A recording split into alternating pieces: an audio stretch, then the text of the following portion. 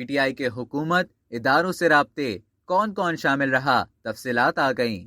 Pakistan Tehreek Insaf P T I کے اتحادی حکومت اور اداروں سے رابطے کی تفصیلات سامنے آ گئیں۔ پی ٹی آئی کے حکومت اور اداروں سے رابطے کے دوران کون کس سے رابطے میں رہا، مزید تفصیلات سامنے آ گئیں۔ پی ٹی آئی کی طرف سے رابطہ کرنے والوں میں سابق اسپیکر قومی اسمبلی اسد قیصر، سابق وزراء شاہ محمود قریشی، اسد عمر اور پرویز خٹک شامل تھے۔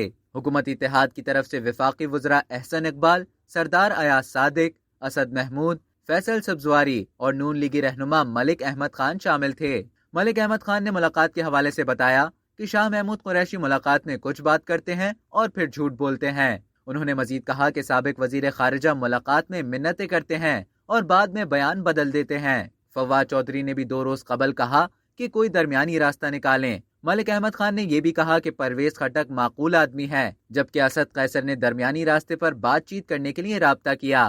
سردار ایاز صادق نے کہا کہ حکومت نے ملاقاتوں میں درخواست کی کہ ہمیں درمیانی راستہ اور فیس سیونگ دیں۔ انہوں نے کہا کہ ہمارے پاس ثبوت ہیں، تحریک انصاف کی قیادت نے فیس سیونگ مانگی، ضرورت پڑی تو ثبوت سامنے بھی لائے جا سکتے ہیں۔